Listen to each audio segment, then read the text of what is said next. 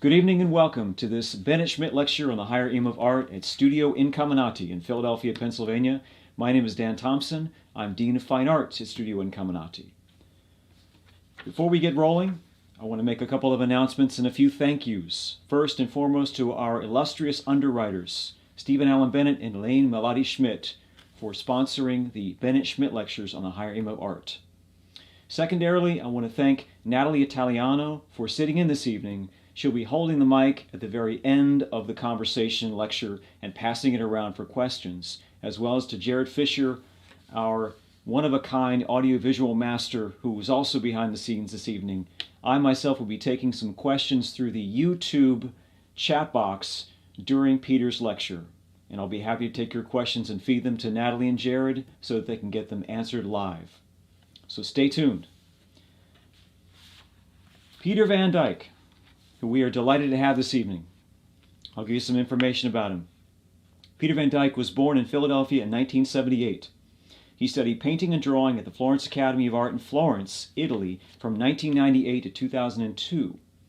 While studying, he also taught in a program from 2000 to 2002. He returned to Philadelphia in 2002 to paint his own studio and began exhibiting his work in numerous group shows in Philadelphia, New York, and San Francisco. He has had solo shows at John Pence Gallery in San Francisco in 2004, the Eleanor Ettinger Gallery in 2006, John Pence Gallery 2008, and the Grenny Gallery in Sag Harbor in 2010. In 2003, he began teaching at PAFA, the Pennsylvania Academy of the Fine Arts, where in 2011 he became an assistant professor in the certificate/BFA program at PAFA. In 2012, he was named one of 25 Important Artists of Tomorrow by American Artist Magazine. In 2013, his work was included in the book Painted Landscapes, Contemporary Views by Lauren P. Delamonica. His work has also been produced and reproduced in periodicals including American Artist Magazine, American Arts Quarterly, Art News, American Art Collector, International Artist Magazine, and Art and Antiques.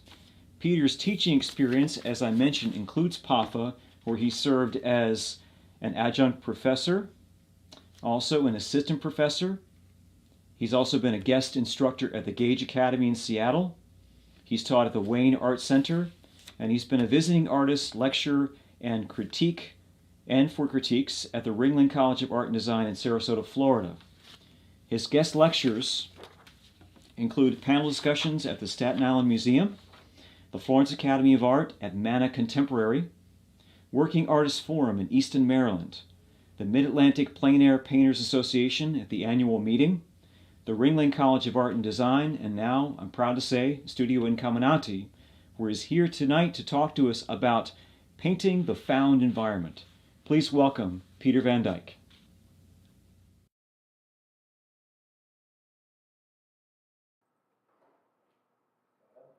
Okay, great. Well, here we go. So thanks for coming, everybody. I like that we have a full house, but the trick to that is to just not have that many chairs, right? So this works beautifully. All right, so I'm going to talk about my two favorite subjects, painting and myself. But I want to talk specifically about a part of my journey as a painter that has to do with my approach, or an approach to painting what I'll call the world. All right. So as I went to a school, the Florence Academy of Art, which was an Atelier school. I don't know if you guys have heard of any of those kinds of things or not, but it was different than exactly the approach that you all use here. But the idea really was that that you needed to kind of manage the environment in order to get the environment to fit within the skill set, okay? And that makes perfect sense. I think you have to do that to start. So for us, that meant that we had to have things that were stationary, that were not moving. We had to control the light in such a way so that there was a lot of, like, it's gonna sound bad, but I mean, like, I don't mean this in a bad way. There was a lot of manipulation of the world in order to get it to become paintable, right? And that makes a lot of sense. I think that that's how you have to enter into any of these things, because if you don't have some kind of conceptual framework to address the complexities of reality, you're just lost, all right? So what you see here, these are still life paintings that I did just after leaving Florence and coming back to Philly. But they're very much in the same tradition. So they're north lit, light, very carefully controlled light, and it might not look like it, but meticulously arranged. I mean, to the point where, go up and just shuffle that thing over a little bit, and that's a little bit high, and that looks like it's the same height as that, and those, so, no, a little bit over there. And then you get the arrangement, and if anybody moves it, there's going to be a murder, right? I mean, this is like, so, and you've got your place locked in. We learned to stand in the same place. And then it was just a matter of sort of diligently recording what you had arranged, right? And that makes sense, again, like when you get started, I think, but that became sort of impossible for me for reasons that I'll explain. So these are two examples of that. I thought that painting, semi-new junk was somehow really progressive. All right, so I was painting also at the time these small, very small interior paintings of the house that I grew up in, and starting to, for the first time, think outside the box. No, but literally like not outside the shadow box, and trying to paint these little views, okay? And I started to see at that point that there were things out there that I really wanted to paint, subjects, I suppose is what you call them, that I really wanted to paint, and that it required a little bit of a bigger picture in terms of how to think about design, how to think about light. So the light in spaces like this is not stable, right? Especially a direct sunlight and things like that. So I was trying to figure out how to see moving light, and how light might behave as it moves through the space, and how to design light in the picture. So for example, on the one on the left, there was no time when the light was exactly like that. It wasn't like, there's the shadow, there's the pattern, and I just lock it in, and we'll wait, until this exact moment in 1 year and hope that the sun is out that day. It's a accumulation of different possible moments of light, and then it's like applied to the form. So it's kind of like draped across the form in a very clever and beautiful way. No, I mean, I thought it was clever at the time. And then, but still, when I'm doing these paintings, I'm having a really hard time finding a composition. Like, I'm really going around and being like, the world's got like a certain number of compositions in it, and I'm running out, right? Like, I mean, I'm going around this house, I'm like, okay, I got one more painting out of this house, for sure, right? And maybe two. And just feeling like compositions were these things out in the world, right? And they were to be found or not to be found. And I hope nobody finds this one before I do, right? Like that idea. And that really started to change for me. So I was working around the house like crazy, and like just feeling like I was running out of ideas. Then I moved out to Manayunk, where we live now, and had bought this house, which was just a big mess, and became like a 16-year do-it-yourself construction project. And so I started to paint around that environment, and I was still able to find, I think, things that fit my compositional aesthetic, things that could fall into place for me. But again, it started to run out. I felt like I might eventually one day have painted everything there was to paint in those spaces, okay? There's my sweet, sweet dog named Sasha. So now at the same time or after we'd been there a little while, we were going to build studios. So we got somebody to help us, or to help refurbish and renovate these garages in our back space. And so I decided this would be a good time to try to paint cityscape painting, because I just really liked cityscape painting. In the neighborhood, I loved walking around the neighborhood. I just would walk around and say, oh, this is amazing, so beautiful. If you've ever been to Manayunk, it's basically Philadelphia's Italian hill town, okay? It's absolutely beautiful. The topography is amazing. If you try to paint in center city Philadelphia, it's like everything meets the grid perfectly, and there's no topographical variation.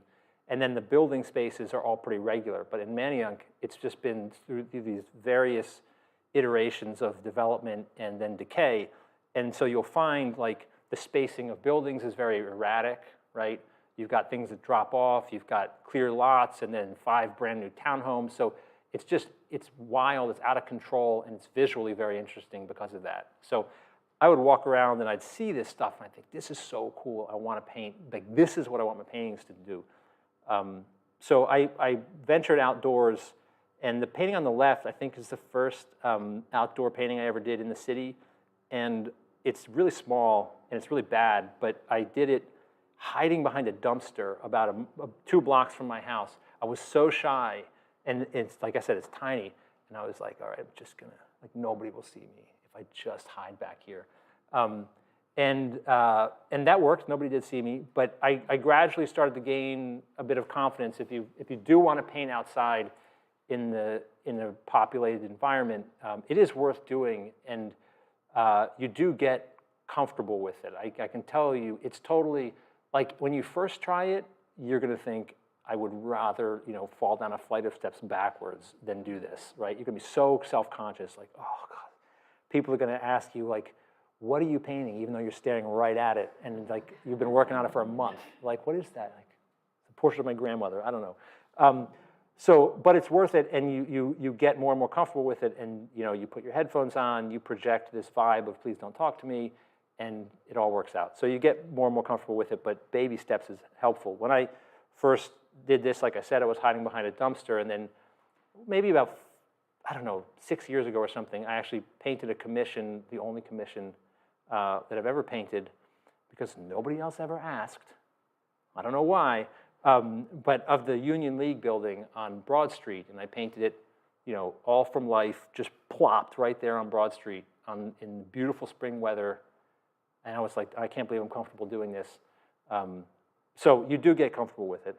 So these are 2 outdoor paintings, and what painting outdoors like blew my mind, because I couldn't look at it the same way, right? It was too overwhelming. There was too much stuff. The light was changing.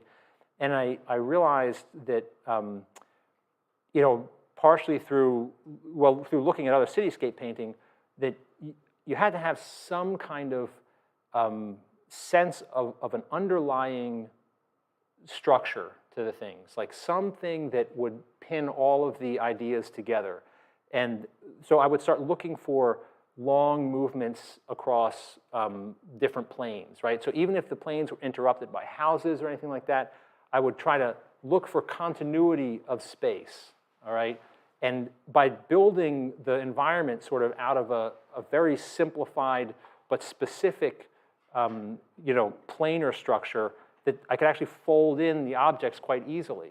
But you had to have a kind of, like I said, a sense of some underlying structure that's not necessarily on the visual skin of the appearance. Like a photograph wouldn't necessarily document this, right? Because a photograph just takes the skin of the appearance. But if you were out there in the space, you could say, feel the undulation of the ground plane as it goes far right to far left. And so I would just like take that idea and try to build it from there. So I had to have a kind of meta model of the space and of the light in order to proceed. So that was super important for me as a development in painting. I was no longer blocking it into the shadow box and then just trying to go, dear God, help me just like slide reality over here onto the canvas and everything will be fine, right? It was much more a constructive process coming from the bottom up, all right? So if you have a view of painting and painting's relationship to the world, if you're painting from the world, if you see painting as, I'm going to call this like photographic logic, which is maybe not the best term for it, but it takes that as the base visual fact. It says that any visual experience could be encoded in a plane by simply locking the light into a frame at a single moment. So that like there is such a thing as visual truth, okay? And basically when people say that, I think what they mean is photographic truth, okay? And what I was experiencing was that when I was painting, I was making that assumption too, and that I was starting with all the complexity of reality and then trying to like edit it down to something that I could paint, as if the world was the answer, and then everything, I had some deficit to reality that I had to make up, right? But I realized that it was actually the other way around, that it wasn't like the world was out there and then I had to do something to try to achieve what the world had. The world was there as a source of a totally independent creative enterprise that was happening on the canvas, okay? So the world was there as to be harvested for ideas and feelings. When people talk about how do you decide what to leave out, they think, again, there's this fact, there's all the stuff, and now we have to figure out what to leave out. But to me, you've got the canvas up there. What's on the canvas when you start? Nothing. There's nothing to leave out, right? It's the other way around. It's what comes in, right? It's from the ground up, a creative problem. When you flip the psychology of that, painting becomes much better, much more fun, okay? You don't go, oh, what about that? And then what about that? You know, like, it's just, it's a creative, I think it switches the valence of observational painting from being a kind of copying, that's not quite the right word, but to an independent creative problem. It's a creative problem from the ground up, okay? And that was a real realization for me. Now, people, I know that to most people, they're like, who didn't know that? Well, I didn't know that. So I continued to paint outside and try these ideas on bigger areas of space. These are very rough paintings. I mean, they look like they were painted with a broom by a blind person, but they're, you know, it was the best I could do. So I did that for a while, and then the studios got finished, and I came inside again. And I guess what happened there was that for the first time, I started to think in these bigger ideas within the studio context, right? So the being outside, you know, forced me to try to conceive of what I was doing differently, and then I tried to drag that approach into inside. Now, this is a still life painting, I guess is what you'd call it. I don't know. Kind of an inside-outside still life painting, and I was starting with just the sense of what the space was doing. So like, how does the space, well, in this case, how does the space curve as I look right and then look left, and then as I look down and as I look up? People usually have questions about that. We'll talk about that later. But the sort of skeleton of the space and the sense of space, I realized, well, I had been told this, but I just wasn't paying attention apparently, that if you paint a space compellingly, it's really easy to paint stuff into it. It's shockingly easy to paint stuff into it. If you boil down what you're looking at into what I like to call the kind of durable elements, the elements to which all of the other things are subject, right? Like the position, say, of the cast, you know, cannot be independent from its relationship to the room, for example. So if the room and the conditions of light in the room are painted, then the cast just drops into place, as does everything else. So now this was a great discovery for me, but it did make me go through some crazy things because I couldn't decide what to paint all of a sudden. I was just painting everything. I would be like, oh, well, if I could paint that, maybe I'll paint that. And these paintings would go through these crazy sagas. So on the upper left, you'll see that actually is what the painting looked like when it started. It was kind of a torn down version of it, right? And there's my beautiful mug there in the mirror. And I mean, I didn't know what to do. I kept changing everything. And so that's what it looked like at first on the far left, and then you move to the center on the upper part, and I had added all this other stuff in, and then I would just paint it out. And then this is the wildest one. I painted my dog skeleton into the picture there, and then lower left, I painted it out, and then I don't know what the difference is between the bottom two, but I painted some other stuff in.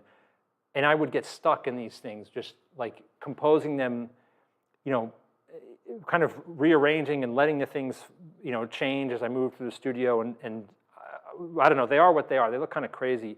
And they're also very, very rough and tumble paintings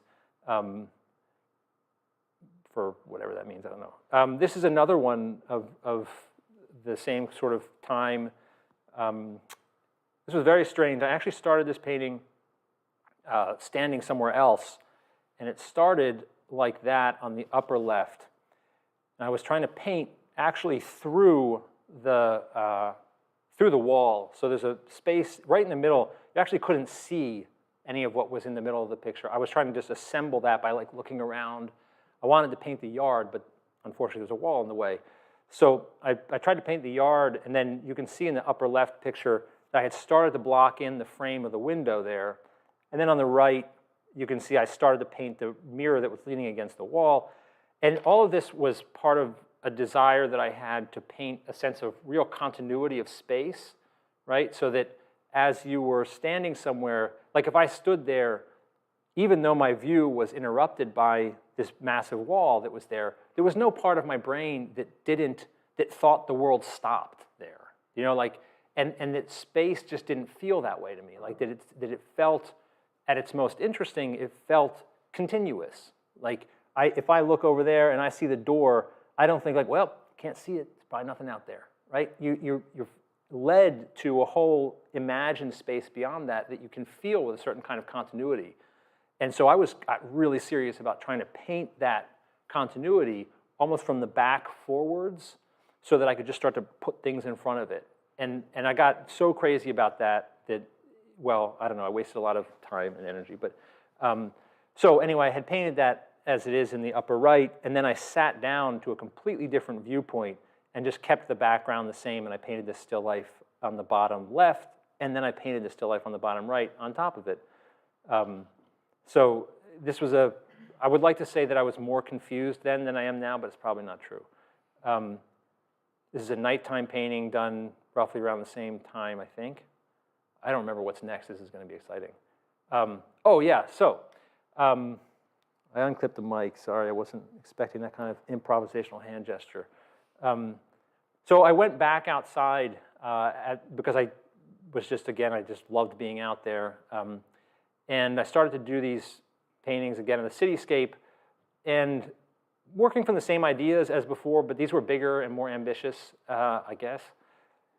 And I don't know how I got this idea in my head, but I really wanted to paint figures into it. I love painting figure. I love drawing the figure. I love drawing organic form. But I have not really found a way to work with the figure in a way that I enjoy in the studio or outside of the classroom environment. But the picture on the left is one iteration of the painting that you see on the right. I was doing little sketches, like figure sketches in my sketchbook, which I enjoy. And I was turning them into bigger drawings. I was taking them and I was taking like Mylar, which is like really awesome tracing paper. And I would take little pedestrian sketches that I do in the train station or around the city. And I would try to develop them into enough of a figure to be kind of believable in the context of a larger painting. So you see there's like that semi-bald guy walking across the street there, and then behind him on the left, there's somebody crossing the street, and then there's the woman on the right. And I was sort of making these kind of, I would call them monsters. I would like take the jacket from one person and put it on another person and like find a hood that worked with this. It was really fun. And I'd end up with these characters that would be on Mylar. And I would Xerox them and change their scale and stuff and trace them again, and then I would cut them out. And I would just pin them to the painting. I try to overlapping them in different ways. And here's the trick. Like, if you pin everybody to the same eye level, no matter how big they are, it works. Because you just keep them at your eye level, and the smaller people will sit far back, the bigger people will come forward. It's really actually pretty easy. But this was kind of inspired by what I love Degas, and I love the horse racing pictures. And I mean, if you look at Degas' work, you see him just reusing these like figures. I mean, he's kind of just cutting and pasting them into the environment, changing their scale, overlapping them in different ways to create the picture. So foolishly, I tried to do that. And I ended up, I really lost faith in my ability and will to invent things. which I think has to do, that's a kind of temperamental thing, but it started to feel too self-conscious, which for me is a real problem. When I start to feel like too aware of what I'm doing, I just feel awful. And so everything that was kind of more contrived to me, something where I couldn't like just look at it, became very hard for me to believe. And so I painted them all out. I would do this a bunch of times. I did these paintings and I would paint them out. So this is what the painting looked like when it was, when I was relieved of it by somebody taking it from my possession in exchange for currency, fortunately. Also called a sale. So here's another one of those. This is the end version of the picture. That is the car on the lower left. That's our car. The trick is, if you're going to paint cars, there's a couple tricks to painting cars. I know you all came here tonight to find out how to paint a car.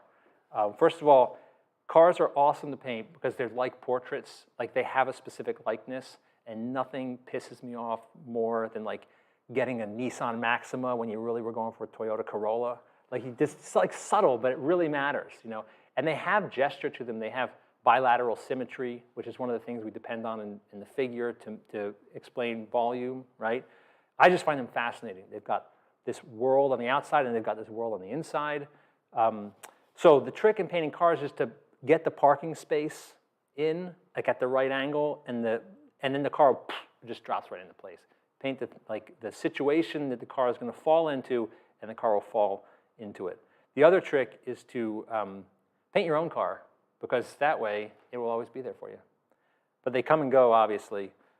So this is the series of attempts that on the far left and in the middle, to paint figures into the space that all got erased and turned into a portrait of our sad, defunct Toyota Prius. So this is kind of the beginning of my second phase of my outdoor painting campaign in Manayunk. The Manayunk Bridge, if you've never been there, I'm going to really sell Manayunk tonight. Actually getting kickback from a real estate agent out there. So the Manayunk Bridge is this incredible pedestrian bridge that you can cross all the way over into Lower Merion on, if you want to get to a better school district. There's a line right in the middle where it's like good education, bad education, if you just jump from Philadelphia to Lower Merion. So the bridge is amazing, and I would go up there and I would do these like little quick thumbnail drawings, just trying to react to what I was seeing. And they were crazy, but they gave me these ideas about the space. You can see this painting is built off of that long loop that runs from the lower right up into the, it's like lower right up into the middle of the picture, and then gets caught over on the other side where that bus is. So there's this, like that thing, and then the perspective of that building. So it was like this loop, and then that building right there. So that was an idea that came out of a sketch that I then decided to go out and paint like that. I've got a couple more that are the same kind of thing. Developed from, at first, the sketch and then taken out there. These paintings are big, like for me, they're like 4 feet wide. But it was a lot of fun. It's cold up there, windy as hell. You got to really lash the stuff down. Now this is another one where I guess I'm starting to really take this gestural approach to space. You know, I think people think about space. I don't know what people think, but I'm just going to assume that people think about space as this kind of static thing, and within that static thing, things move. But I actually think space and form more generally has a kind of gesture to it that that you get from the relationship of volumes to one another. So when we're talking, like y'all do figure drawing, I know that for a fact. And you talk about gesture, and we usually talk about it in figure drawing, and we don't talk about gesture, say, in interior painting or something like that. But to me, gesture is the implied movement between two discrete forms. So like if you take a single form, the single form doesn't have gesture. Like we just take a block like that, right? But if I take another form and I articulate that form against that other form, there's an implied movement between those two, right? It's not actually in, neither one of the forms contains the gesture. It's a relationship between the things. So I liken this to how you might define an interval in music, right? So an interval isn't contained in either note, right? An interval is contained, it's defined by the relationship between the notes. So I started seeing, and none of this is original to me by any stretch of the imagination, but you do discover these things on your own, only to realize that people have known them forever. And they even told you about them, but you were too stupid to listen.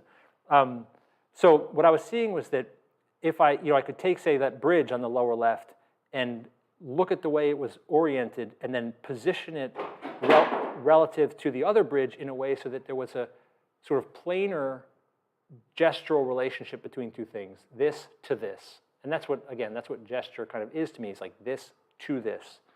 And once I started to see space that way, everything seemed like a possible subject. It wasn't anymore like, oh, here's a view of a street, right? Or there's the tree, and then it's like, what's moving against what? What might I, if I look at it this way, there's an idea here. And this is all part of this kind of ground up approach to thinking about painting. It's like you can find what I call a painting idea like that anywhere, right? If you can find a way to strip reality into these different ways of looking, like the way light moves through a space or the way two planes articulate against one another. You have to sort of tear it down to these really simple ideas to start to rebuild it in a kind of creative way in the world of the canvas, okay? This is just a painting on the street. There you go. But again, like these have a lot of the I guess problems, I don't know, of the other pictures of still life. I would change them a lot. So I would get things like half a car, or I'd paint the car in and then paint part of it out when I was trying to paint something else. So that poor scooter, I spent so much time trying to draw the handlebars on that scooter, and then I painted them out because I was trying to get the stair to go at the right angle, and there you go, right? What are you going to do? So this is the greatest challenge to me. I'm not a I'm so structurally wired in the sense that I need volumes to work with.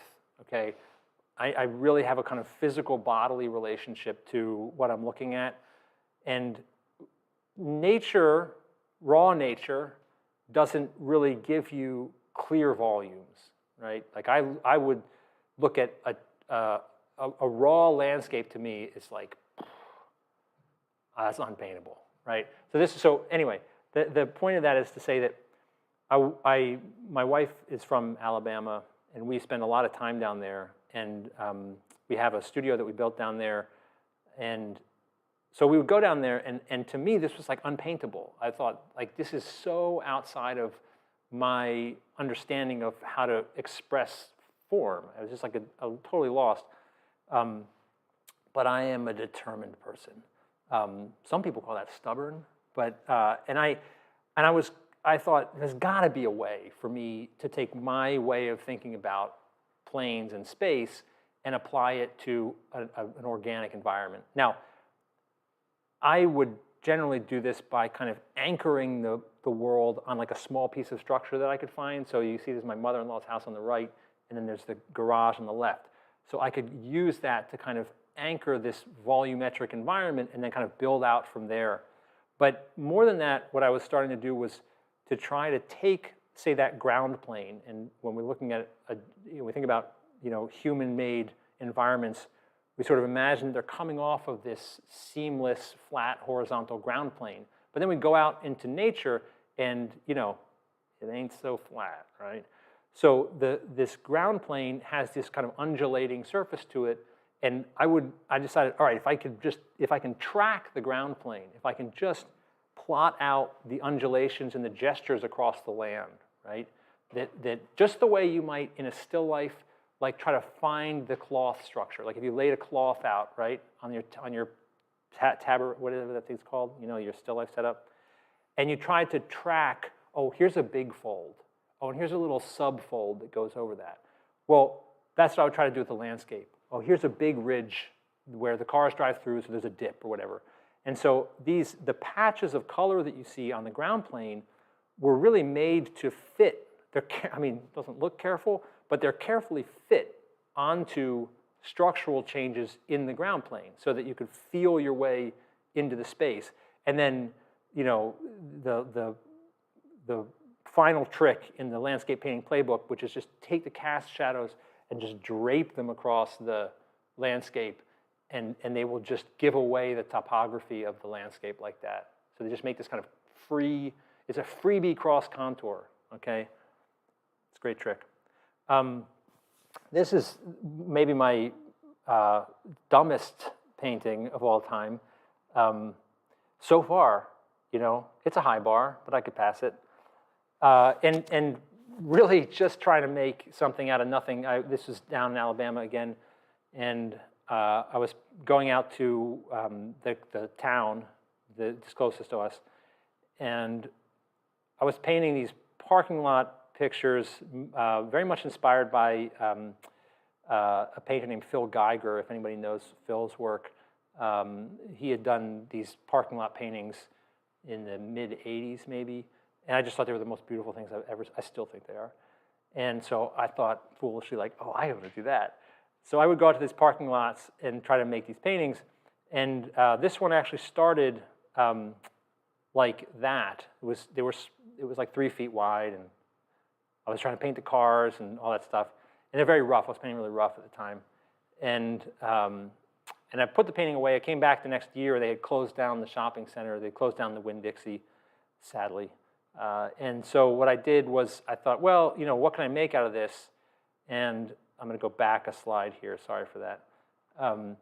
And I looked at the vast expanse of the space, and I saw the way that the drainage that the parking lot is constructed for causes this like dip in the middle of the form. So I kind of zoomed way out, and just the way you might see the spine of a figure, right? Like the spine of the figure as this undercurrent that's guiding the volumes that sit on top of it. You might actually see that, and I know you do this from when you're drawing, right? When you're drawing the figure, you will find an internal gesture that's not really explicit. It's not like, oh, there's that line and I could trace it, but you see the way that it influences everything that goes on top of it. And so I found this long movement from the outside, in to that. So there's that very long dip, and that gesture that happens where the ground plane sort of meets the buildings and stuff. And I thought, okay, that's the painting. I just have to get that to work, and I built the whole thing off of that. And then you've got where the cars park, you get that accumulation of oil, and that created this stain that was dipping through there. And the painting just got bigger because, I don't know, I made it to the right, and then it didn't seem big enough, so I made it to the left, and then I wanted to put the posts in. So it's a funny shaped painting, and it's like 8 feet wide. And actually, when I took it out, I had to take it out in sections. Like I'd have to take it out and then put it together on site because it wouldn't fit in the car. I know it's heroic, isn't it?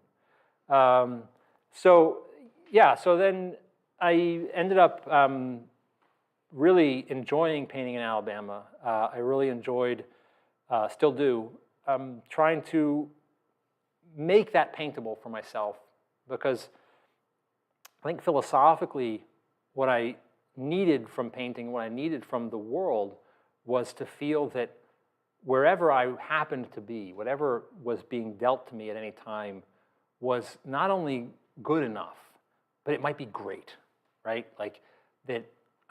This is like maybe like a little too hokey pokey. It's like psychological, but I don't know if you've had that feeling of feeling like the party is somewhere else, right? Like the good stuff is happening somewhere else in life, and you're just not invited, or you just didn't happen to have the right, circumstances or whatever.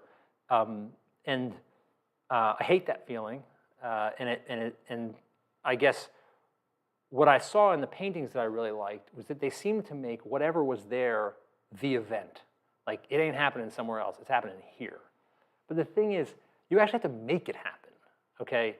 And sometimes if you can imagine, you know, like the world will sometimes just, when you're bummed or depressed, everything just, you know, comes at you and expresses its lack of meaning. Like everything just seems forlorn and meaningless, right? And when you feel the other way around, the same material comes at you and it's like, oh, it's full of meaning. Like the world just resonates meaning.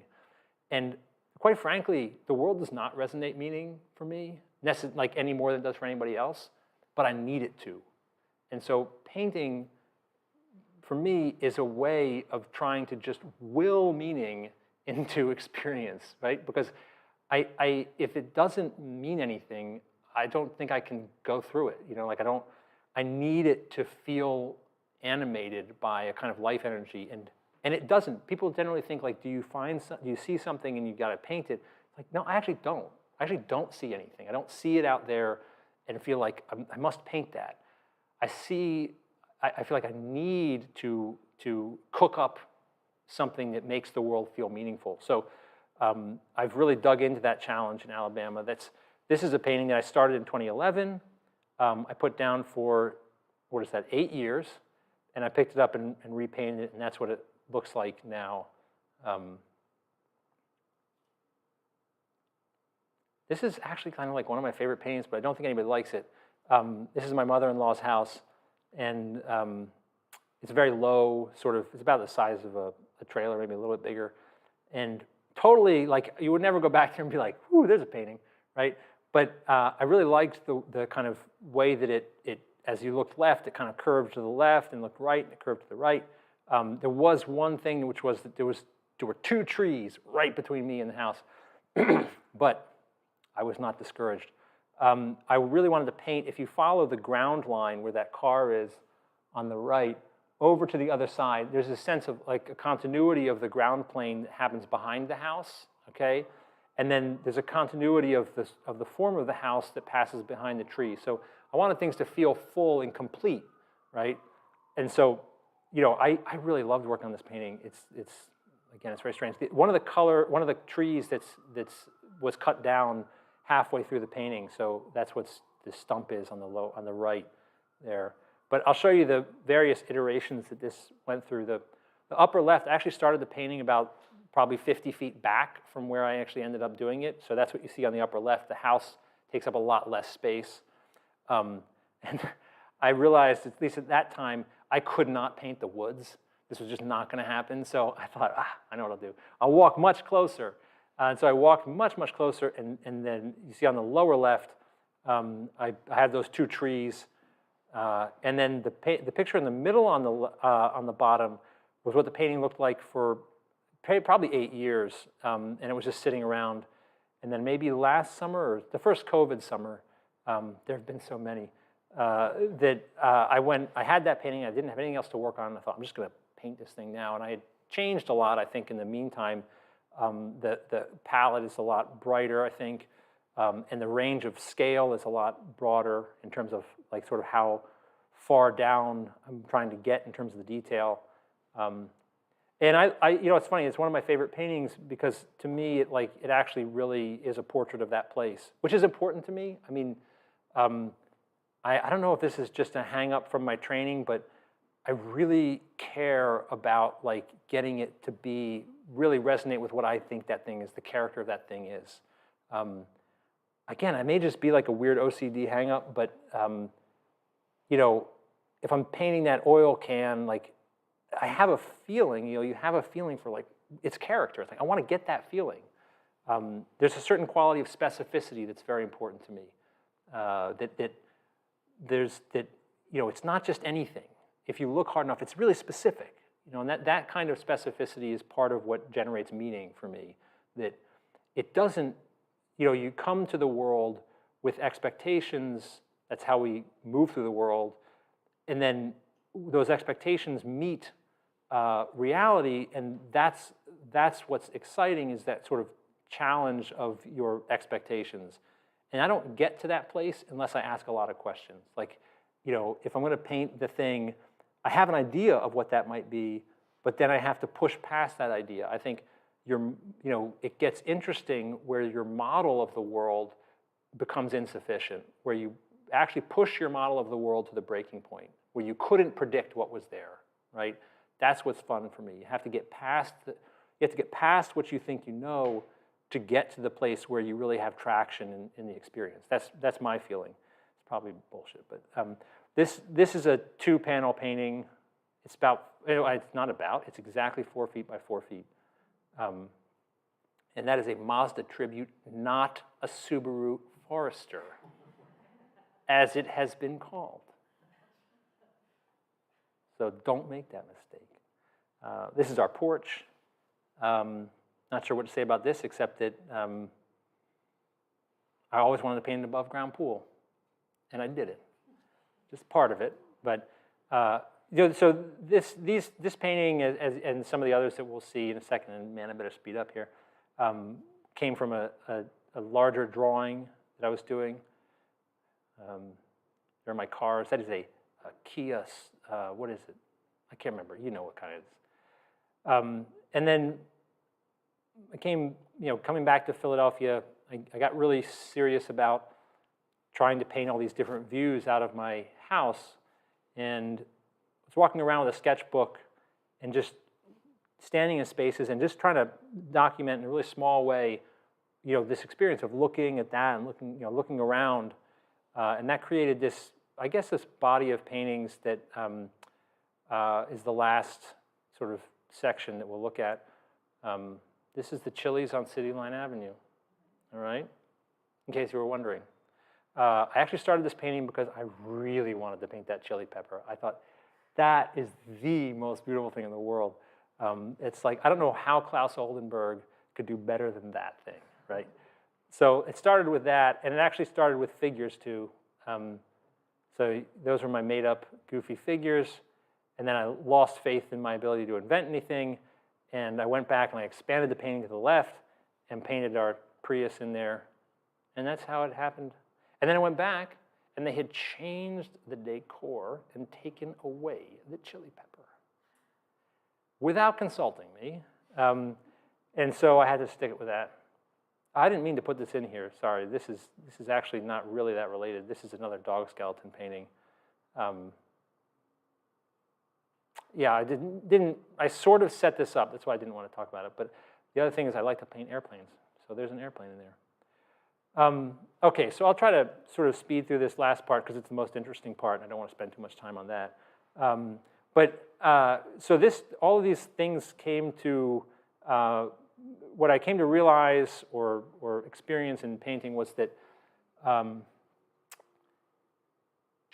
that the way I was looking at the space or the subject through time, so that I would look at this and I would move over to that and look at that, could be sort of tracked in the form of a sketch, a very small drawing. So I would start these drawings where I'd start somewhere and I'd sort of follow an idea and watch my attention, like try to track my attention as it went from, say, a plane to a detail to an idea to out the window. So there was no proper sequence for this. It was just sort of, how does your experience unfold at this moment? There's not like one way.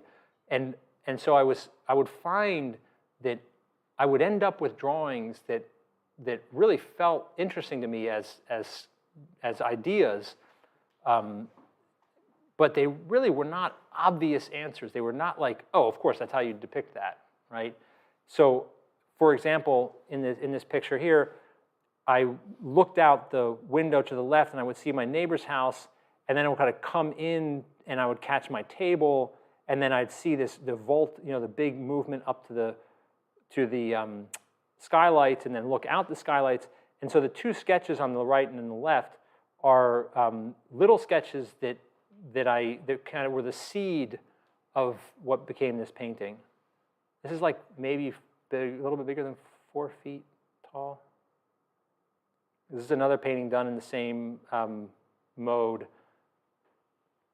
The other thing that I'm really keen on is trying to paint these different colors of light. And so this painting was very much inspired by, first of all, the possibility of looking out into the yard on the right. Again, I wanted to paint that basketball hoop because that's awesome. And my son has never touched it in his life. even though it's been there forever. No, he has, once. So I wanted to look out that space and then into the workshop space there. And I had turned the lights on, the artificial lights in the workshop, and then left them off in the space I'm standing in. So I was trying to get this contrast of colors of light between the two spaces there. So on the left is the drawing, the small drawing that became the painting. And at this point, the spaces were so complex, at least for my mind, that I had to start parsing them out in graphite to start. So I would do a drawing that was actually the same size as the painting. And so that's what this is on the right. It's just trying to hack through the complexity of like, wow, when you're looking at that much space, like I have no idea how big that is compared to that, or what and so what happened was the sketches were I think part of the interest of the sketches for me was that they were unconstrained by needing to get the proportions right or anything like that. They were just free-flowing. And then there was this thing where, all right, well, that's nice as a feeling of gesture and design, but can I keep that feeling and try to pack all this stuff in there without regularizing and sort of making the space really kind of static again? Because that will be the challenge. As you try to pack more stuff in, things will become more regular and more rational, right? So I was trying to kind of maintain the irrationality and the spontaneity of the sketch with an exhaustive description of the space, right? So that I would do these drawings and then I would transfer them and paint. But here's the thing, I would then change the drawings dramatically once they were transferred. So I didn't feel beholden to it, but it was very helpful to get me off the ground. And then I was doing these like little color studies at the same time because, and this was another revelation in terms of trying to open up the whole world to being paintable, was that I realized, like, again, don't know why it took me so long to realize this, but you could set your you kind of set your internal light meter, so to speak, very differently depending on how you looked at things. So if you look on the right, the workshop space has a glowing orange light in there, right, on the right side of that space, and then it gradates very fast to something much darker as it moves into the upper part there, right? Okay, so that's true. When I would look at the space, I could see that gradation, right? But then when I looked at, say, the space as a whole relative to the rest of the space, that whole distant space actually felt quite luminous. And those two ideas were actually in competition with one another. I could either try to paint that gradation across that space, or I could key the whole space up, downplay that gradation, and get the whole space to glow more. I preferred that, all right? Like, to try to, so I opted for the idea on the left, which doesn't have a strong gradation of light as it moves up and to the left, okay? So, those things are totally flexible in painting. You can change, you can adjust that exposure in any way that works. In fact, in the actual painting, there were parts of the outside that were, of that fence, for example, on the outside, that were significantly lighter than that, right? But I averaged them all to the darkest version of that in order to get the fence to feel light, or sorry, to get the fence to make the wall feel light, okay? So that piece of, like, say, that mullion there, that window frame there, I really needed that to be dark to push that to be light. And there were certain ways that I could look at the contrast that would make that true, and then you look at it a different way and it's not true, because your eyes are making adjustments all the time as you look around the space, okay? This is another fairly silly painting that I did. My friend Scott Noel, who's a great painter and great teacher, if you ever met him, he said, "This looks like you're putting on a pair of goggles." And I thought it was so true. It does feel like, so this is, I call this bay window goggles. It's a view out the bay window of our house. And you see a lot of the same things here where that the sidewalk that cuts through there, I would draw it so that it was continuous. Like I would draw it right through all the framework and all that stuff, because I wanted to feel like if I took the window away, and all the framing, that the rest of the world would be right there intact, right? And so trying to paint that feeling of continuity, which requires you to actually really just paint through things a lot and try to connect them. I take this stuff called chart tape. This is a trade secret, just between us and everyone on YouTube, where I take this, it's very thin tape, and you can string it across the painting, right? You tape it to the painting, and you can connect things across the painting, and you can curve it too. And so I'll put that up on the painting, I'll do it on a drawing too, and try to make things connect. Like, does that sidewalk connect all the way across? And then you can change the shape of it, right? It's like a ruler that you can attach to the painting and bend. It's awesome. Is that Blick? $4.95, item number 3792. But it's great. You can only get it at Blick. And they didn't pay me to say that. So anyway, this is, you know, it's a big painting for me. It's 4 feet by 3 feet or something. And these are different color ideas that I tried out with this, because if you've ever tried something like this, like I would walk into the room and I would say, oh, the room is so yellow compared to what's outside. Wow. And so I would go to the studio and I try to paint this from my head, this idea, really simple idea, really hot yellow inside, and then this like cool purple blue outside, like on the upper left. And then I'd go back after painting that and go look at it like, wait, what? No. It's like, it's blue in here. It's blue in here. That's crazy. What was I thinking? And so I'd go back and I painted that version on the upper right. And the thing is, like, both of those two things are true, right? You can, and this is why, you know, when people, I mean, I don't know if, maybe there's just something wrong. I'm sure there's something wrong with me, but you'll go and you'll be like, yeah, I know what that color. I got that color. And then you come back like, no, it's the opposite color. And you think, something wrong with me, right? I think that's just the way it works. And so I sort of tried to, I think I opted for some middle ground there in those three different possibilities. Also, depending on how I looked at it, the building outside could be significantly darker than what I was looking at inside, or lighter, okay? Depending on how you expose your eyes and what you focus on. I opted for darker because I wanted the light in the room to really feel forward. So I would get these strong contrasts between, say, the building and the frame of the window there. That's Mr. Whiskers on the lower right. This is our kitchen. And I guess this is sort of this will do a quick run through the last things here. This is kind of what I've been up to in the last couple years. Still trying to paint like big spaces, or not actually big, but they're wide in terms of what they're trying to encompass. Trying to animate the experience of being somewhere, trying to make the world give off a sense of meaning. That's pretty grandiose, I know. And I guess if anything's really changed, I think it's been something about trying to go further and be more descriptive, as naive as that might sound. I just want more. You know, I want to know, well, yeah, what about that, and what about that? And so that's kind of what I've been up to. I wish I could say I had any idea what I'm doing. This is the drawing that sort of started with there. But it's really trial and error, and mostly error. These are 3 different kind of color study ideas that I had for that. And if you look at the middle one, say, as opposed to the one on the right, there's a real difference at the level of design. You see the door, like that piece there?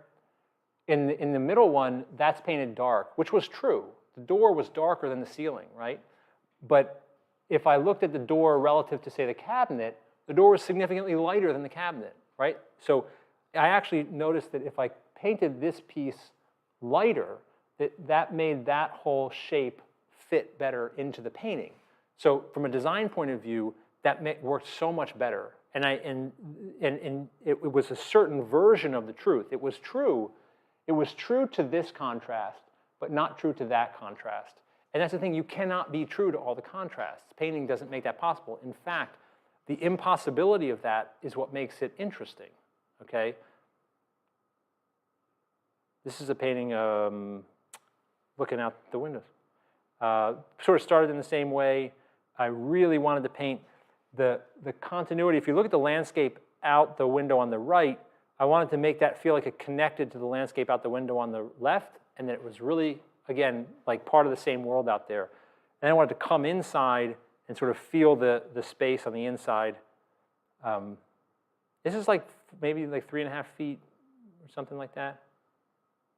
And then on the top are there's a couple little sketches on the far left and far right, and then there's the middle is the kind of elaborate drawing. And then 2 different versions of how I might have thought about keying that painting. If I focus on the inside, for example, the inside looked, really glowing with light, okay? But if I looked at, say, the inside relative to the inside was actually kind of dark. And then again, it's quite a problem of gradation. If I wanted to gradate the light down that wall, I'd actually have to drop the key of the inside space there. So these are games. I mean, painting is just exploding with these kinds of possibilities. And once you embrace those things, what is paintable is like everything, okay? That's sort of my point here, is that there are ways of rebuilding the world on your canvas that really just open up everything to painting. And then you're actually kind of overwhelmed because it's like, well, everything is possible, okay? This is what the painting looked like well, my hair's been doing something awesome the whole time.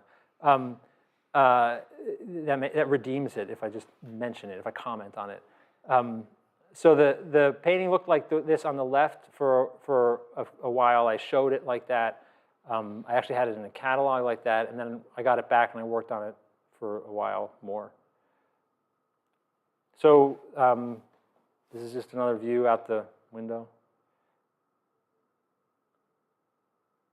It's a washer and dryer, for those of you who are not familiar with these appliances. In an effort to, now I'm really worried about my hair. In an effort to prove to my students that you could paint anywhere, I did this as a demonstration, or I started it as a demonstration, and then I kind of like got obsessed with it. And so this is down in our basement. If you're ever over and you're wondering where the laundry is, and I was trying to paint that. The space going into the bluer light that's kind of got that more natural light on the back to the ochre light in the foreground. That was kind of the color idea. And then as I looked to the right, I wanted to get that sweep of the space and then that sort of tunneling going back in the other direction. This was the beginning of what I'm doing now, which is kind of I'm a little worried about, I guess, but don't tell anybody. Where I'm really abusing the surface of the painting to a degree that I'm concerned about. But I'm trying to ratchet down on the scale again, trying to really get into everything, but keep the mark and the handwriting very open. So what that means is like, for example, if you look at, say, the still life, such as it is on the shelf down there in the cabinet thing, the actual marks are sort of open, ragged pieces of paint, but I'm just trying to get down to a very small scale on them. So the surface is a kind of what I call a kind of like open surface painting, which is probably what you all are familiar with, where I'm not trying to make a unified skin of paint. It's like a patchwork of things, wet and dry, kind of all over the place. And so that's sort of what it looks like. I mean, at the ground level, it looks like total chaos, and looks like that here too. So yeah. And then that's not the newest picture, but this is a picture that I did in Alabama, in our studio in Alabama. Lots of stuff in there. And I put this in because it's probably the most recent complex painting that I've been working on, and still I may work on it more still. Where I was trying to paint the continuity of the landscape as it's in the left side of the window, and then as it shows up again in the other parts of the painting. So I was trying to get that continuity, and then the big sort of movement of the wall, and I wanted to see through this painting rack as I was looking in there. So what I'm doing here is trying to track the space of the inside by using the sort of structural skeleton of the room, and then sort of building off of that. So I'm kind of anchored in this,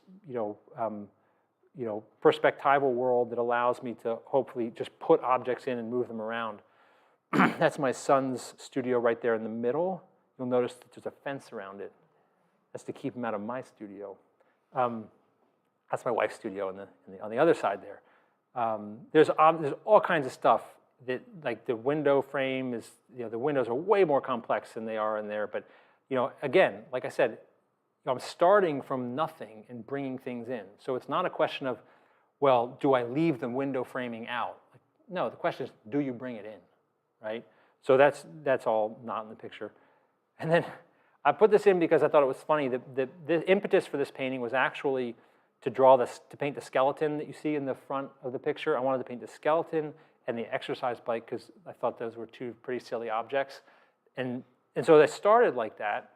And then when I transferred the drawing and I went to start the painting, and since I start by painting the space and then pull the objects in, I painted the space, and I just never got around to putting the skeleton in, even though the skeleton was the purpose of the painting, because the space started to become interesting. And what I, it's a little bit like, you have a form, and then you build the structure around the form, and then you take the form out, and the structure becomes its own thing. So that's what happened. That's how I explain myself there. I don't know what's the next slide.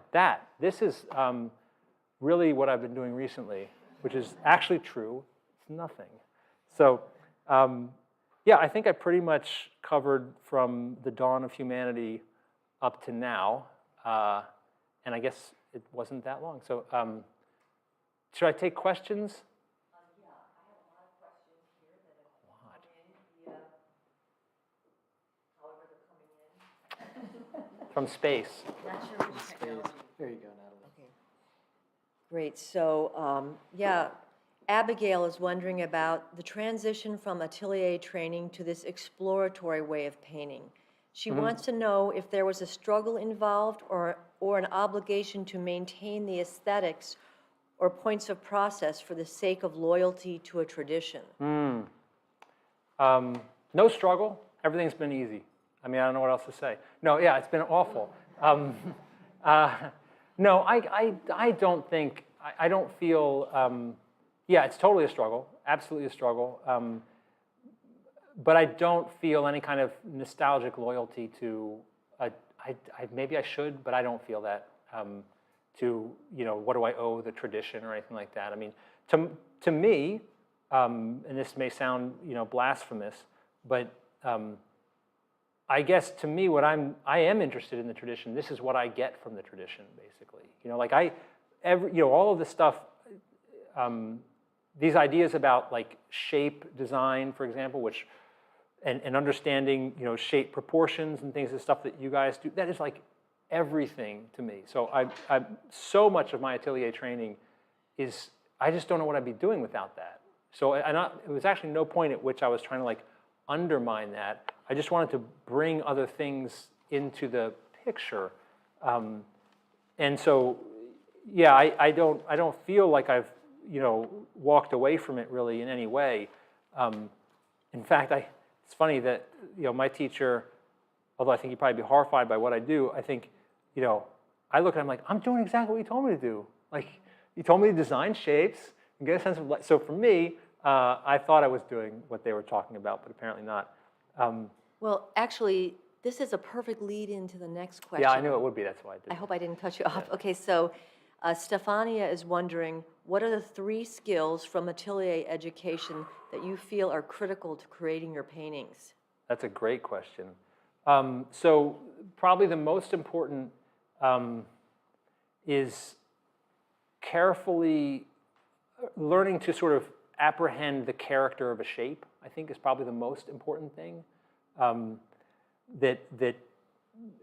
Shape is not so much about like how using it to get accurate proportions. I mean, you can think about it that way, but that shape has a character to which you can become sensitized, right? So that, because that feeling for the way shapes design, that's your prose, right? That's like, in writing, that would be what we call your prose. Like, how do you talk? how do you use words? Like, how do you phrase things? Because you can say the same content, right? But you can phrase it differently. I mean, what is every rock and roll song ever? It's like, I love you, why don't you love me? It's like the only two songs, right? And like, I can't believe I'm going to die one day. So like, but how do we say that? Well, we can phrase those ideas very, very differently. So shape, sensitivity to shape, I think is the first one. And then I guess I would say the willingness or the ability to see a picture in its biggest structure, like so that you can see, like you're seeing like the light move across the whole picture, right? As opposed to like what's happening right there and then what's happening right there. So some sense of overall priority of value. And then what would be the third thing? I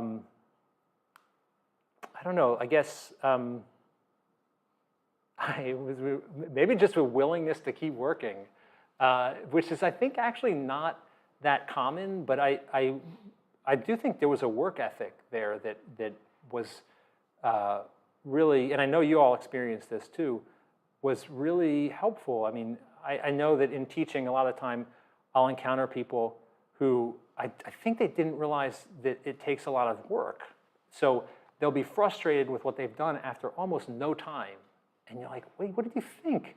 And in atelier work, I think you get used to seeing that it's a long slog, and if you're expecting payback on a regular, daily basis, it's not going to happen. So that's my best dodge of answering that question. Great. Thank you. Okay, Caitlin would like to know, can you talk more about space and how you began to see it as gestural? What do you look for when approaching a space? Or how do you know when it has meaning? Do you rely on rules of perspective? Okay, so the first part is, how do I approach the space? I mean, I will usually start by trying to, I guess, trying to find, again, like some sense of continuity of form. So like can I experience the ground plane as moving a certain way, or can I experience this plane against that? And then I'll sort of build off of that. Sometimes it will happen like I'll want to paint a particular object, and that object will have a certain postural relationship to my body, right? And in fact, that's really key, because all of these things about perspective, they have to do with how your body addresses the space. So that if I paint this space while I'm looking, I can paint the exact same view from here to here. If I paint it facing that way, it's a totally different painting than if I paint it facing that way, even though it contains all the exact same cropping. It's exactly the same cropping, but the way the space reads is totally different. So as your body, as you move through the space, you're actually creating like these basically pictures that relate to how you're looking at things. So sometimes I'll start by just addressing a form bodily, like I'll face it and I'll draw it, and then I'll start to move to another form and address, like from the table to the chair. Okay, so there's the table to the chair. Now there's a gestural, postural relationship between those two forms, and then kind of build from there. So there's not like a formula really, but those are probably the two main ways that I would try it. How do I know when it has meaning? I got to be honest, I don't know if it does. I mean, if that's a question about how do I know when to stop, I actually don't. I just keep painting until I either get bored of it, or I get too frustrated, or till somebody takes it off my hands. And then as far as rules go, I don't really know. There are not rules, but there are certain templates, I would say, like conceptual models, templates that I would use, and they have to do with just really basic perspective stuff, like how, well, just like you would have in your mind a template of the gradation of light, right? This is a concept about the way light moves across a form. It's just a concept. It's just a template that you bring to bear on your experience. So perspective basically has the same thing. You're imagining that, I look at something and I look at it through a picture plane, right? And there are certain rules about, these angles, they converge on the same point on the horizon line. We're not going to go into that, but I don't want to explain all of perspective. Not that I'm not happy to, but I had to do that all day today, didn't I? So I use that really basic perspective template, but then I try to piece it together, like, and try to, find an eye level. But I'm perfectly happy to, like, if I'm looking over my left shoulder and the world is sort of tilted, I'll paint the whole painting tilted, as you can see in a lot of my paintings. So no rules, but a set of sort of conceptual templates to bring to bear on the experience. Okay, thank you. Evan Kitson would like to know, do you use the same palette for both exteriors and interiors? And how has your palette shifted over the years? I do use the same palette for everything. The shift in the palette has been, I used, for a long time, I was a lead white addict. And when you paint with lead white, the whole mixture is different. The lead is very weak as a tinting thing. Tinting strength of the lead is very weak. So I actually have a very simple, I think simple, approach to the palettes. Like, I put the colors out that I like and that have the working properties that are helpful for me. And so, I've always had a pretty simple kind of red, yellow, blue, like I like dirty versions of those colors. And then I've had sort of more high chroma versions of those colors. And I know that sounds really simple, and this is going to sound horrible at a place where you guys, like, I don't understand anything about color, as you can tell from my paintings. But like, I really don't. I really think about it as like, you want to work with paint that you like. I think that you like, just like the natural quality of it, and then you use those tools. You find a way to use those tools to make your painting. So basically, I think, other than the removal of lead white from the palette, I don't know if there's really been any drastic change. I've always tried bringing in other colors, and it's like either they take, like you find them useful, or you don't, and they just make their way off the palette, and you get that Tupperware full of paints that you bought and then you never used again, right? You squeeze, I don't like that, take it back. So yeah, I think that answers that question. Okay, yeah, thank you. A couple more. Heidi is asking, how detailed are your figure sketches that you put in the landscapes? And she also asked if you had any photos of these sketches. Oh yeah, I have tons of them. I have, like, I could have regaled you of thousands of these today. They're not very detailed. I would be, if anybody wants to see them, you can just write me. I'll show you all the pictures of them. They're pretty simple, but that'd be hard to explain. I don't know, without pulling up an image. Was there another part to that question? It was how detailed are they, and then. Well, oh yeah, there you go. Good answer. Okay. She has another, sorry, I've got a lot of different texts here with all these questions. She also is asking, how much are you still relying on transfer? I guess she wants to know about this process of transfer. Yeah, good question. So actually, these days, I'm moving away from it a little bit because I guess I did it a lot, and I found that it was making the project seem too important for me. It felt, I'm just going through a phase now where I just feel like I don't feel very ambitious. I feel like very kind of contracted and closed down, and starting something that's this grand plan and all this preparation to me, I'm just not in a place where I feel like doing that. So I'm not doing it much now, but for up until a couple months ago, yeah, I would do these elaborate drawings, and then they're not elaborate in their detail, but they're very carefully fought out. I mean, like literally fought out and thought out in an attempt to anchor what I call the sort of skeleton of the space. Because if I get that, then I can sort of pull things in and out pretty easily. But then I'll take a big piece of Mylar and trace the sort of key locations of things, and then I put that on the canvas, and I have like carbon paper. It works great, and then just trace with a ballpoint pen the carbon paper. But The drawing, you see, the thing is that I think you have to be willing to lose the drawing all the time if you want to get any sense of movement in the painting. And there's this amazing dichotomy in painting between the all-encompassing quality of light and then the clarity of structure. So that light and structure, this is my sort of thought model here, is that, well, it's not mine, but I thought of it too. I don't want to be like taking too much credit. But light has a way of swallowing structure, right, as it pulls forms together.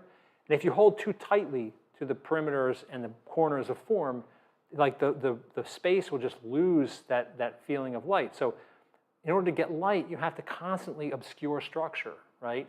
In order to get structure, you have to constantly over-articulate things. So what I do is I do a kind of combination of both, where I'll paint right across the structure and then try to pull I'll have to draw back into it. So I have to draw into the painting all the time. If you ever had the thrill of watching me paint, it's mostly me trying to track the drawing and then putting a piece of color there when I find where I want the thing to be. So I'm always sort of rethinking the drawing as a way of advancing the painting. But the transfer, after it's initially done, I don't usually, sometimes I will go back and retransfer certain parts of it, or like the skeleton if I've really lost it. But if there are points that I really, really need to hold on to, I'll do as much as like put a nail in the painting there so that I can't lose that point. I do paint on canvas that's glued to a board so it can handle nails. Yeah. Okay, and just a couple more shorter questions about more technical things. I don't know how to pronounce this person's name. Kahi wants to know about your oil media, especially in your sketches. The oil, like the medium, Well, I think oil media, I guess what kind of paint do you use, maybe, or okay. what surface? I'm not sure. Okay, well, so specify. just a quick rundown. It's like I said, I like to paint on, preferably like linen glued to a board. I use that sign panel, that Omega Bond or Dye Bond, whatever people are, it's just a aluminum composite panel. It's great. And I'll glue the linen to that. And then I use a traditional gesso ground, if anybody knows what that is. It's basically just chalk dust and ground up baby rabbits. No, it's actually true. So traditionally, it's rabbit skin glue and chalk dust and some pigment. It takes so long to raise the rabbits that I decided to rabbit skin glue is a pain in the ass to work with. And so I replaced the rabbit skin glue with PVA glue, which works great. And so if you want my recipe, I can sell it to you. No, seriously, I love this stuff, and I really, if anybody wants it, you can just write to me. Very cheap to make, very durable, and you can adjust the absorbency of the ground by changing the glue to chalk ratio. It's awesome. I love this stuff. So that's what I paint on. I use, I use some Williamsburg paint and some Winsor & Newton paint. Yeah, it's not fancy, really. And I've started to paint a little thinner because as I wanted to, like you notice those early paintings were like super crusty. That was the lead that allows you to paint these like big crusty things. But as I've actually made paintings have kind of gotten smaller, and they've gotten, I don't like the word more detailed, but they've gotten the range of scale, meaning like how big the shapes are to how small they are, I think has gotten bigger. So I'm trying to get to more, I'm trying to flesh out more of what's there. You can't do that on top of a Himalayan landscape of lead. You have to have a surface that's kind of sitting down. And so I've thinned the paint more now, and I use, I've been using this oil, it's called Lean Medium, I think is what it is. It's by Chelsea Classical Studios. Smells amazing. And so that's what I use now, just to, again, to try to keep the surface a little flatter. I have to do a lot of stuff where if the paint builds up too much, I sand the painting a lot to kind of knock the surface back, and then also to create a kind of merging of shapes and then a kind of merging of ideas in the painting. So if the layers of the painting are building up like this, sort of as you sand them, they kind of come together both physically and visually as well. So a lot of sanding. And just to clarify one thing on that description, would that be raw linen that you were Yeah, adhering to? raw linen, and then that's glued to the panel, and then the gesso, the homemade gesso is applied to that. It's really simple, actually.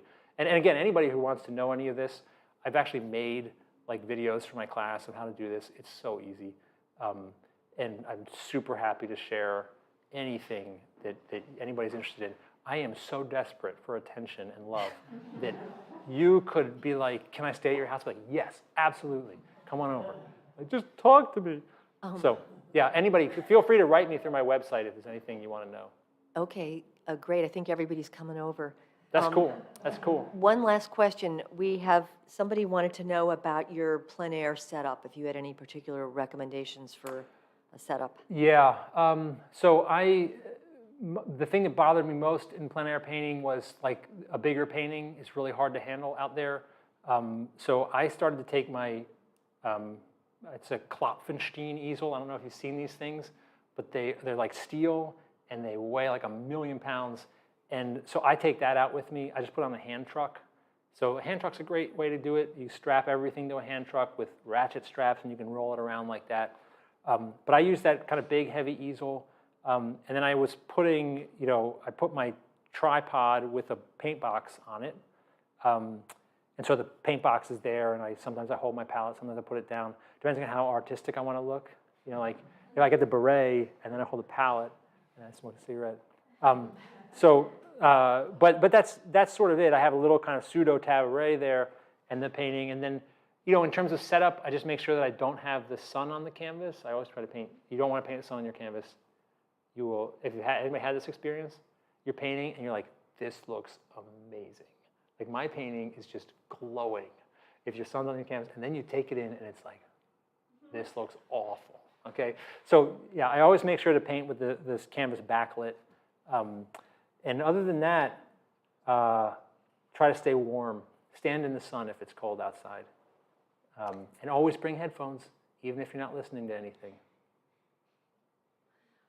Okay, great. And I would like to ask, if people here have a few questions, Larissa wanted to know, how long does it take you to do one of your medium-sized paintings? Yeah. Oh, it really depends. I mean, I actually keep a pretty careful time log. Like I have this app on my phone where I'll punch into a painting. And the reason I do this is that it keeps me, if I want to go back and work on it the next year, I can look at what time I was working on it. And I also have this sick fascination with how much of my life I've wasted working on paintings. But somewhere between 100 and 150 hours is usually what I find. But that could be spaced out over years. Like I'll work on something one year and then I really don't.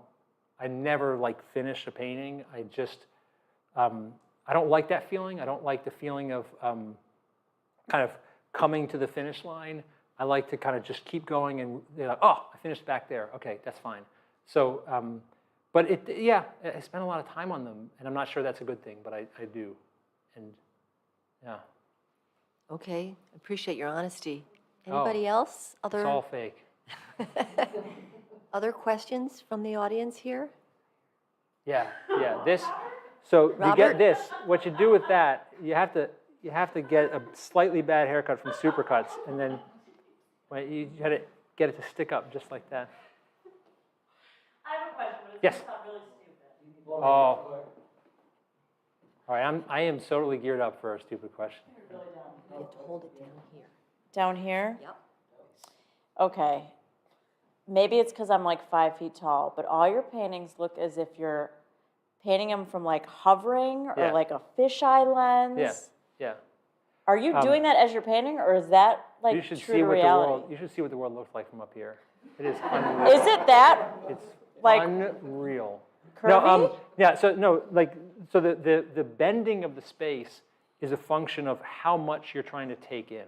So it actually, for example, I'm actually standing very close to that washer, right? So that to look at the washer, I have to look down, right?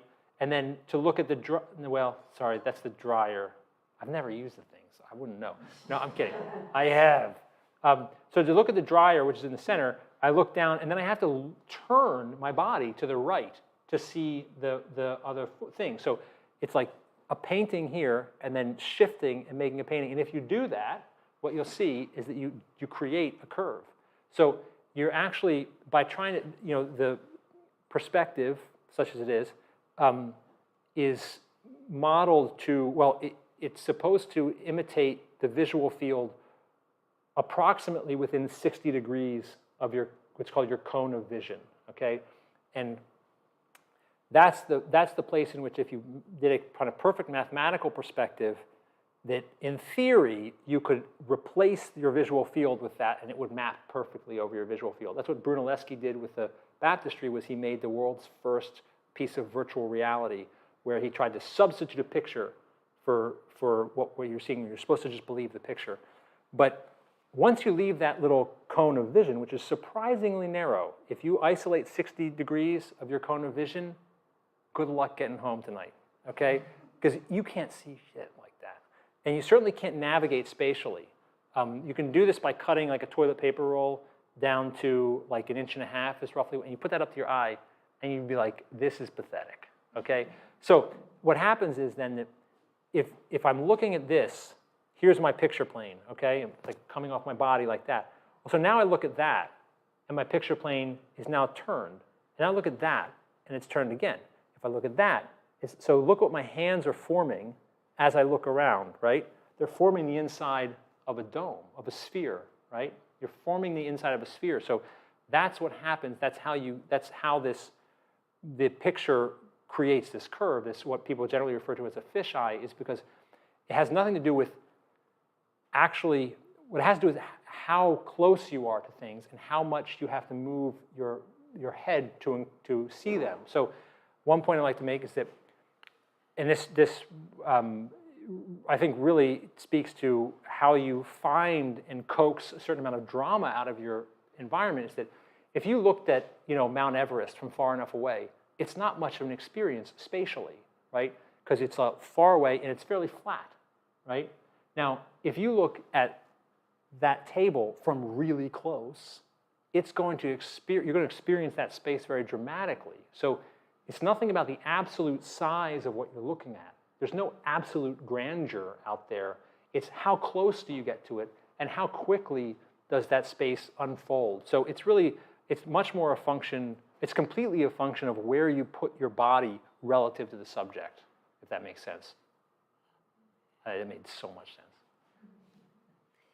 Other Anything? questions for Peter? Okay, well, thank you so much then. Oh, you're very Wonderful. welcome, folks. You're very welcome. All right, just like unplug this or.